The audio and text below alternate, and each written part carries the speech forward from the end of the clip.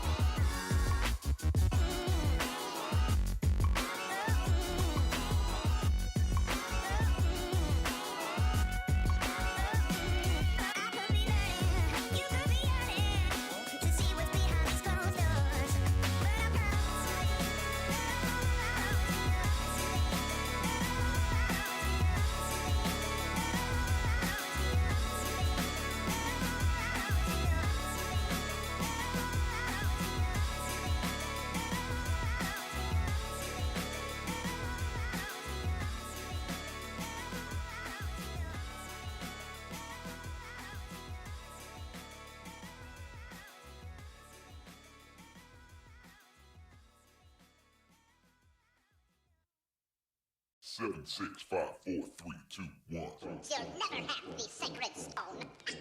Oh, this you crazy mother.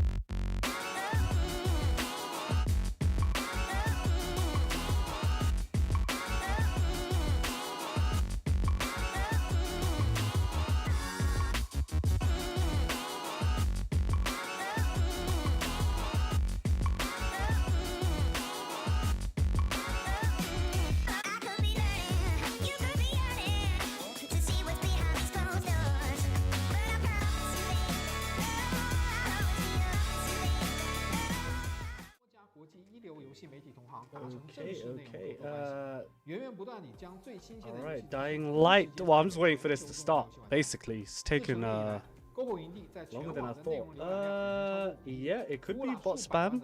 Not sure. Not sure. Just see if 您 I 可以 can 在全球 cannot 各大 see 手 that 机应用市 same 场 live. 下载篝火营地 APP， 或者访问 3w.gamebonfire.com 来加入游戏传播者的行列。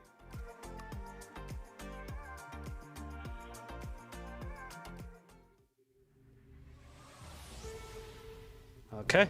The first trailer for Marvel's Oh my Midnight God. Suns, the new tactical RPG from Firaxis, the studio who brought us I'm literally XCOM just and waiting Enemy for Unknown, Dying just to know dropped. to And start. based off of the game's title and the trailer, Marvel's Midnight Suns is set in the darker side of the Marvel Universe, looking to put you face to face against demonic forces of the underworld as you team up and live among the Midnight Suns, Earth's last line of defense. Presented by Marvel's Midnight Suns.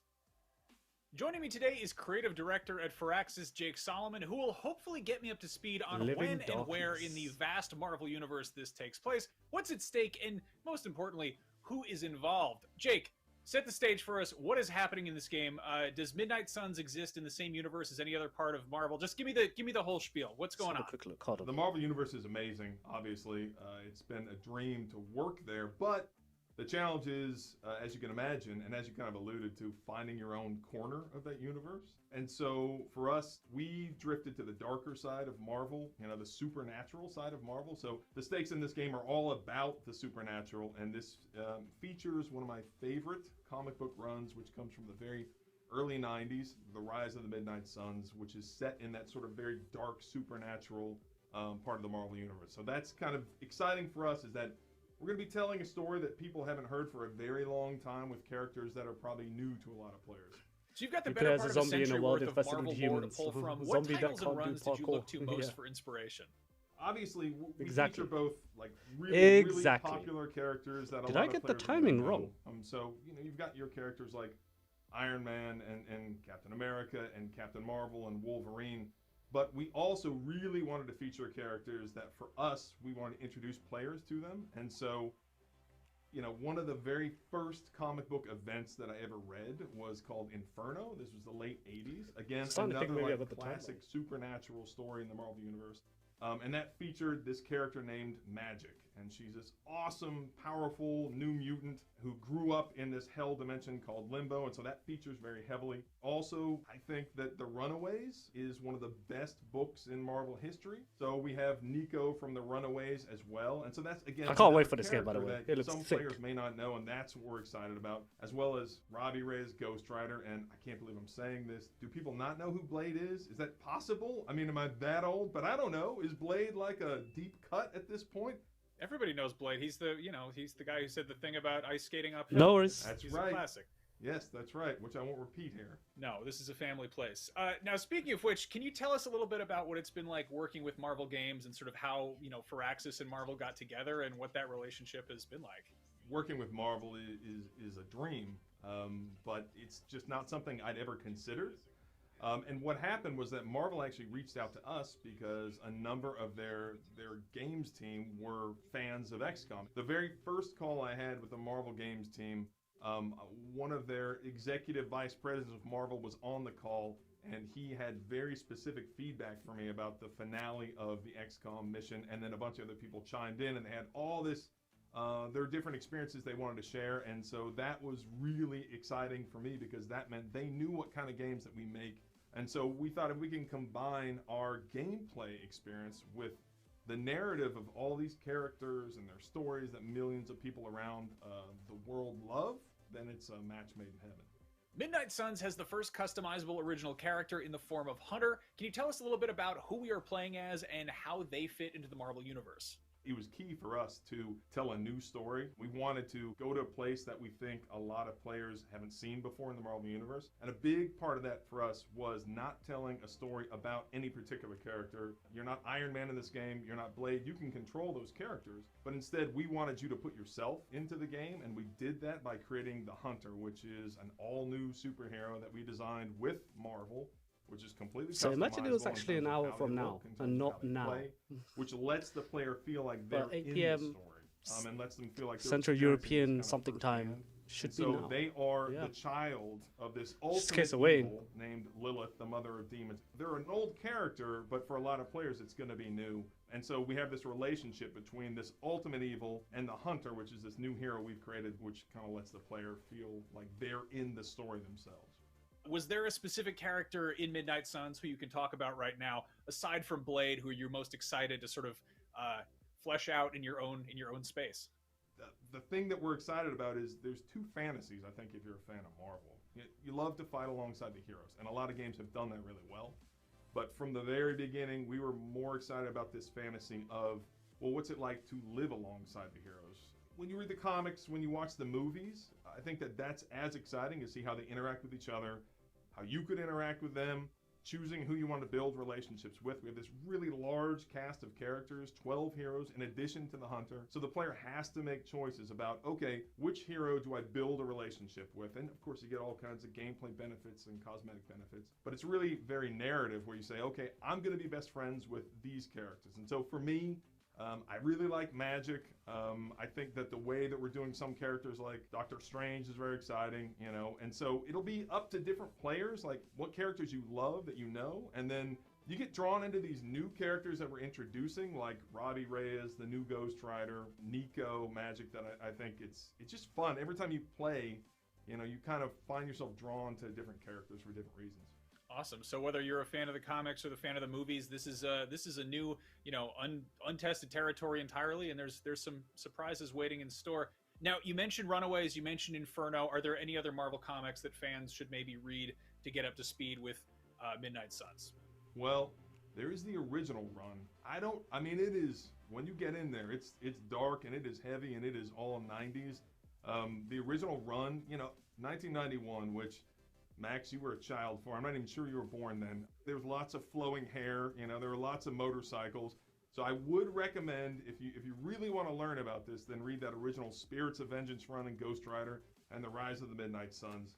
I see, I've even got it here. I have mine are like boarded and packed, but yes, we have the classic Spirits of Vengeance Ghost Rider run from 1991. So if you're really deep, you can go into that one. But I'm just saying, you know, beware. There's some dark, weird stuff in there. Awesome. That's music to my ears. Jake, thank you so much for joining me. Marvel's Midnight Suns is scheduled to release in March 2022 across PC, PlayStation 5, PlayStation 4, Xbox Series X and S, Xbox One, and Nintendo Switch. Till then, make mine Marvel, and for all things Marvel, be it games, comics, movies, and so on, you are already in the right place. IGN. Enough said. Alright. Excited for For Midnight over Suns. 3 years, fans of zombies, parkour, All right. apocalyptic dystopias, Finally. and games where your decisions have real Dying consequences to have know. been, if you'll forgive the pun, dying Finally. to get their hands on Dying Yes. Light 2. Let's go. Finally on track for a holiday release, and to hold you over until then, here is a full breakdown with tons of brand new info. The Gamescom edition. Let's go. Alright. Dying to know. Hi everyone, my name is Timon Smektawa and I'm the lead game designer at Techland. Welcome to the Gamescom edition of Dying to Know. You can watch the previous episodes of the show on our YouTube channel. They reveal many details about the game and showcase unique gameplay videos. So if you still haven't seen them, you know what to do. Last time we showed you the monsters, our special infected enemies. So today, let's talk about how to fight them. And not only them, but also the other big threats you will encounter in The the other world big of Dying lads Light 2, that we're gonna which come across. are us, humans. Unfortunately, humans tend to be the most cruel and brutal species out there, especially during an apocalypse. Before we talk about fighting, let's start with the basics. How do you move around the city?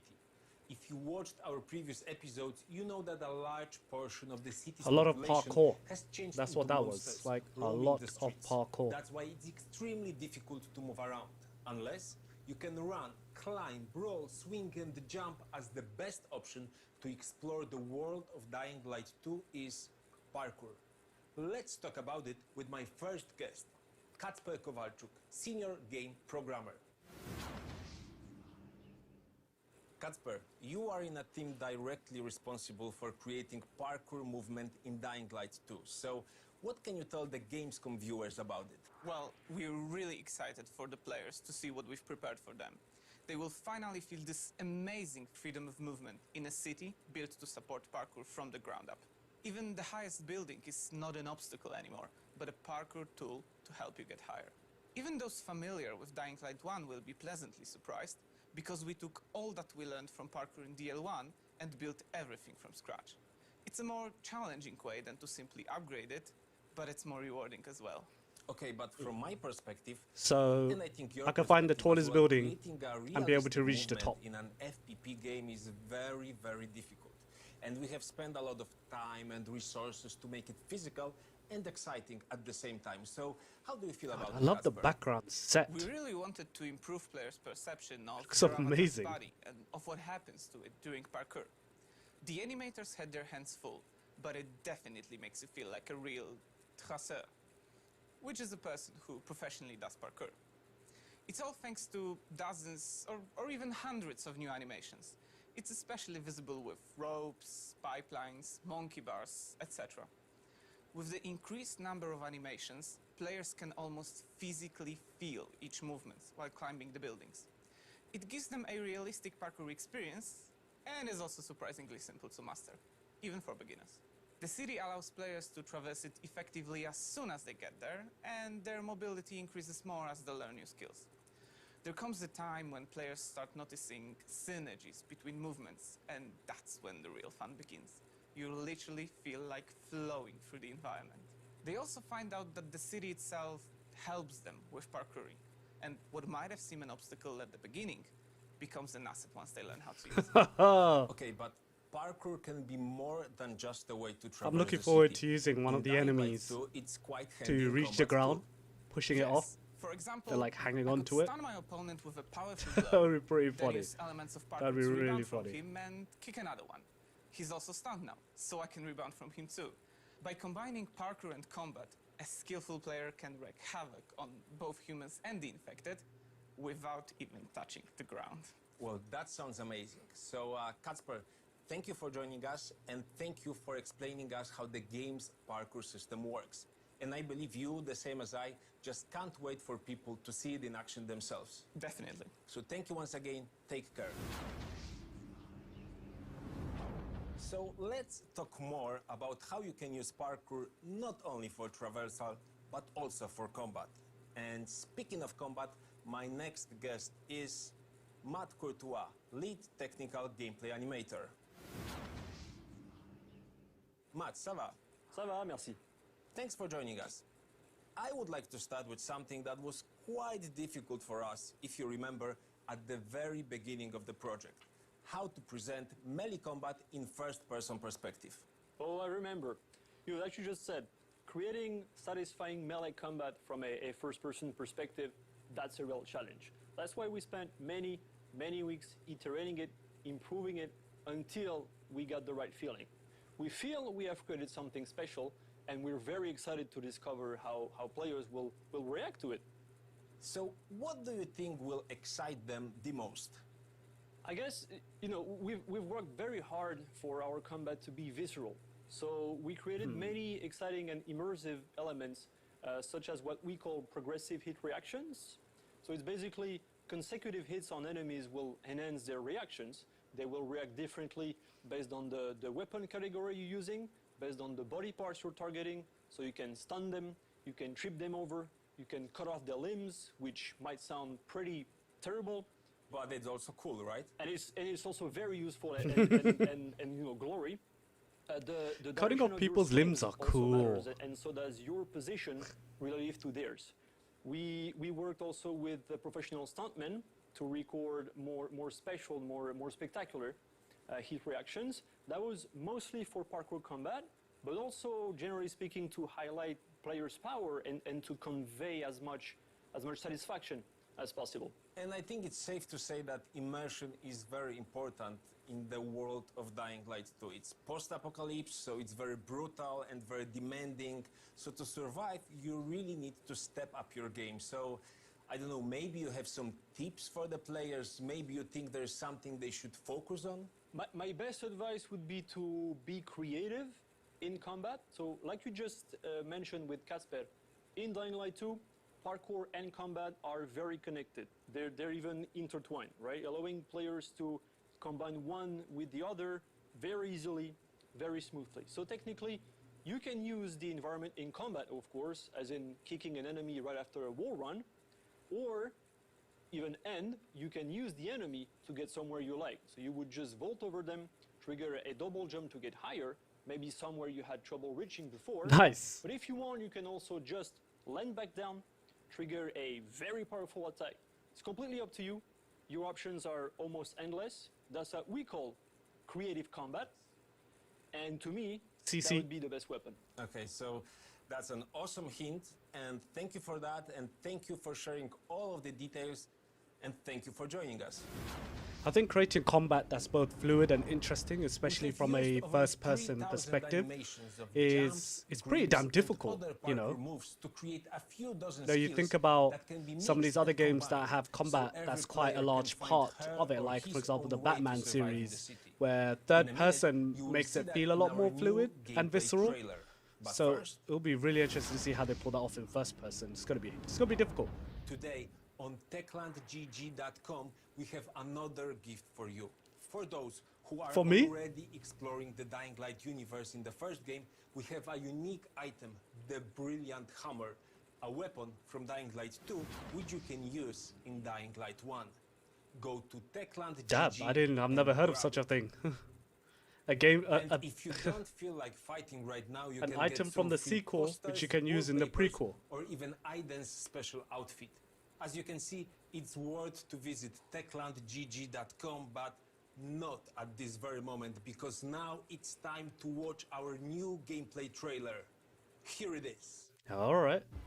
Sometimes I wonder what this city looked like before all this. Probably like many others. People had their ambitions, plans, lives. Now it's all gone. The virus started it, but it was the people who made the world the way it is.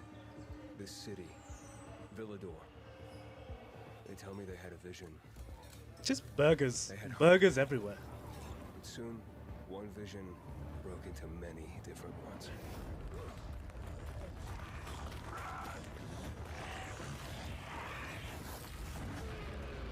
Duh, the big lads. Instead of fighting together, people stood against each other. War broke out. Was it a little bird? Met a broken leg? Hope died.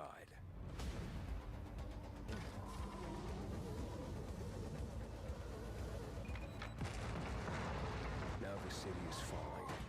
Each time we strike down an enemy, we absorb their strength. But I can't let that happen. Duh. I was about to say, like... Not yet. Yes. Alright. I need the secrets. He just jumped off the building. I was like, yep, okay. Fuck. Hey! Still some rats here. I have to pick a side. The bazaar needs good people. You're doing great so far. I have to make a difference. Let's check and see.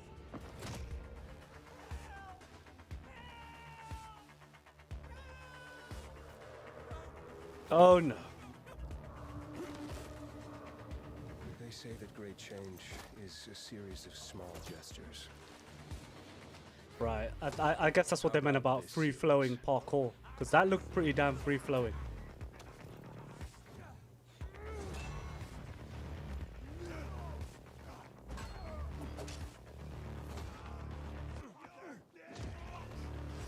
For a second I thought he kicked the skull out of him.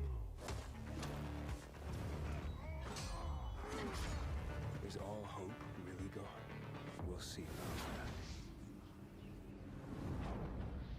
The trailer Sick. presented quite a few new tools of Sick. destruction that you will soon get to use in Dying Light Sick. 2. So now, let's talk with the people that are actually making them. Marek Musiał, lead 3D weapon artist. Hi. And Szymon Strauss, the producer of the weapons team. Hello.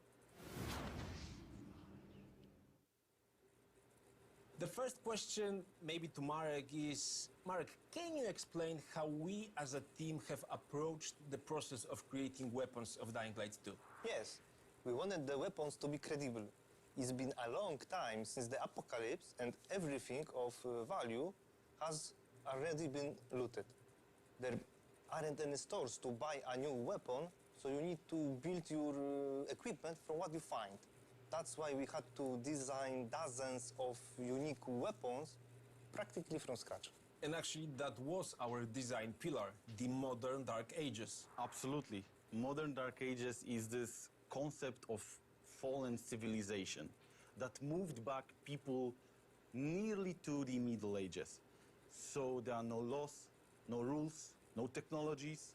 That's why our weapons, we try to create them in a most deadly and violent way. And working with that concept, where did you get the inspirations from?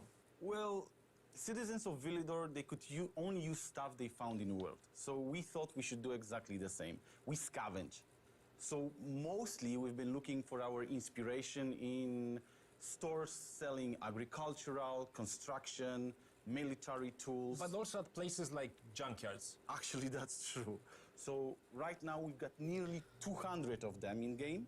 Probably And even hardware though some of stores them as may well, look very simple, nails, we've got just also like quite general the opposite, everyday like, things I don't know, that people would normally semi-automatic I will love just this one. scoff And over. Our weapons are very diverse visually. Each one has a unique design and history. Just by looking at the weapon, you can tell where the maker found the parts.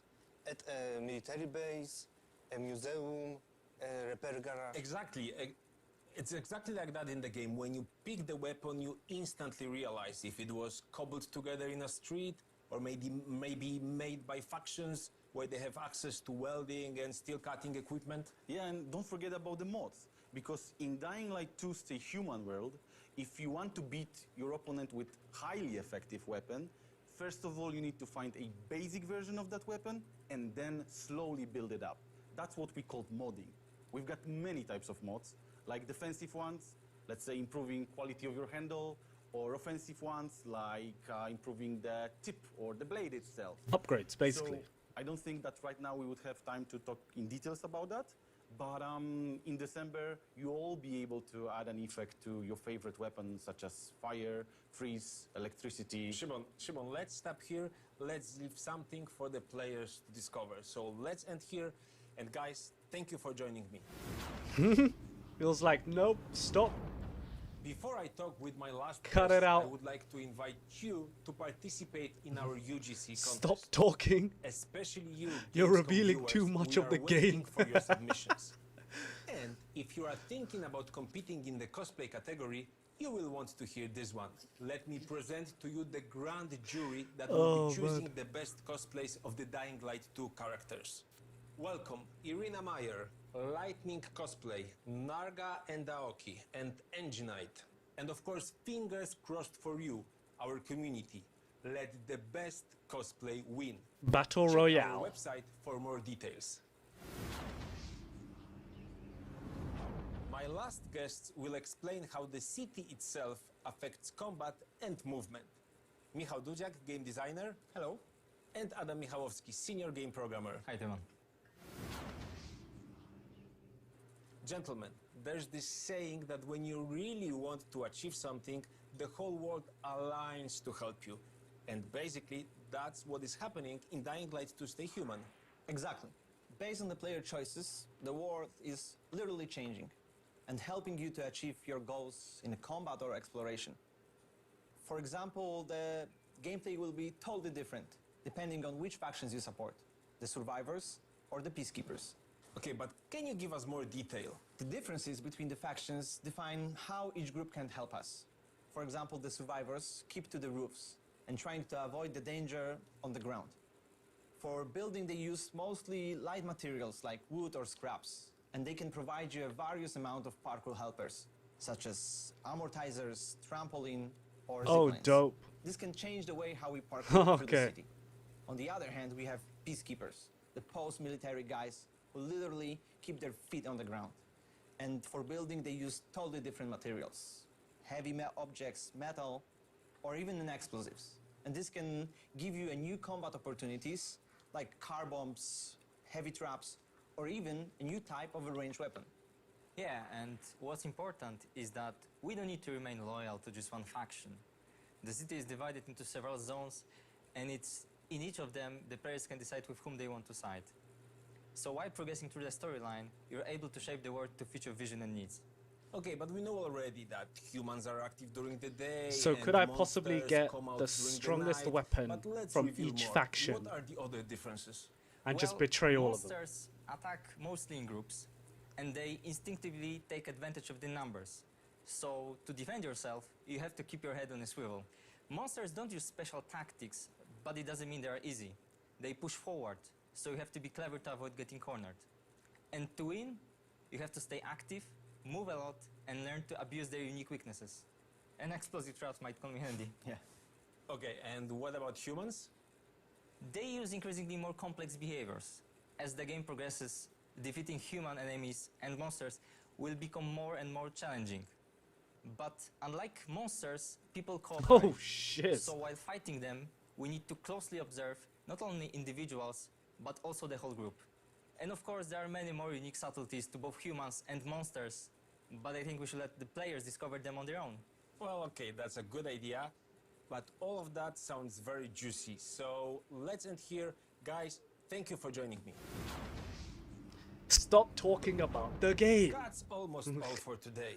You learned a lot about You're giving parkour too much and combat information. in Dying Light All 2. right. We showed End you it that here. Parkour is not just a tool for exploration, but also an important element of combat. You discovered some of the weapons that you will soon get to wield, and you saw how choosing a faction may support your parkour and combat skills. Before we end this episode, we have one more special announcement for you. Dying Light 1 is coming to Nintendo Switch. Did we know So that? Yes, it's official now. Oh, Soon, okay. you will be able to play the So it was ultimate rumored. open world zombie game on a new platform. All right, and sick. we know that a lot of you are playing Dying Light. In June alone, the game was played by close to 2 million gamers. Big thanks to our community. You're awesome. Dying Light 1 for Nintendo Switch will be released in Platinum Edition. This is the most content-packed edition we have ever released. On a single playthrough, it contains over 100 hours of gameplay, not mentioning the time you can spend exploring the world with your friends in co-op mode. 300 hours More then. details are coming soon. Oh, sweet. Sweet, sweet, If sweet. you are hungry for more and you want to support us, why don't you pre-order the game to explore it on your own in just a few months? That's all for today. Thank you, Gamescom, and see you in the next episodes of Dying to Know. Alright, so there are going to be more episodes. Combat is looking pretty slick. Parkour is looking really free-flowing. We need to take a super short Obviously, break, but you like definitely as don't I wanna go anywhere mentioned, because coming up next is awesome indies, a celebration being able of to some of the make coolest, a weirdest, fulfilling most combat ambitious experience in new first games person from is not the independent easiest thing to do, Stick around. especially when games that do tend to do that are more in third person, particularly. But it'd be really interesting how obviously that really works out. But that was the Dying to Know episode 3. It was more focused on combat and exploration. Let me know what you guys thought about that and down in the comments below. Are you still excited for the game? Has it dampened your expectations? Let me know down below. If you have enjoyed the video, please do hit that like button to help with the video's engagement through the algorithm. And of course, please do hit that subscribe button, keep notifications open as there are new videos on the channel every week. I'm still excited to be playing Dying Light 2. I can't wait for more. There'll be more Dying to Know episodes coming soon. Go check out some of the other awesome videos here on the channel. Hit that subscribe button and I'll see you on the next one. Then they vanquished Peace. threats from beyond our stars, and she lay in rest.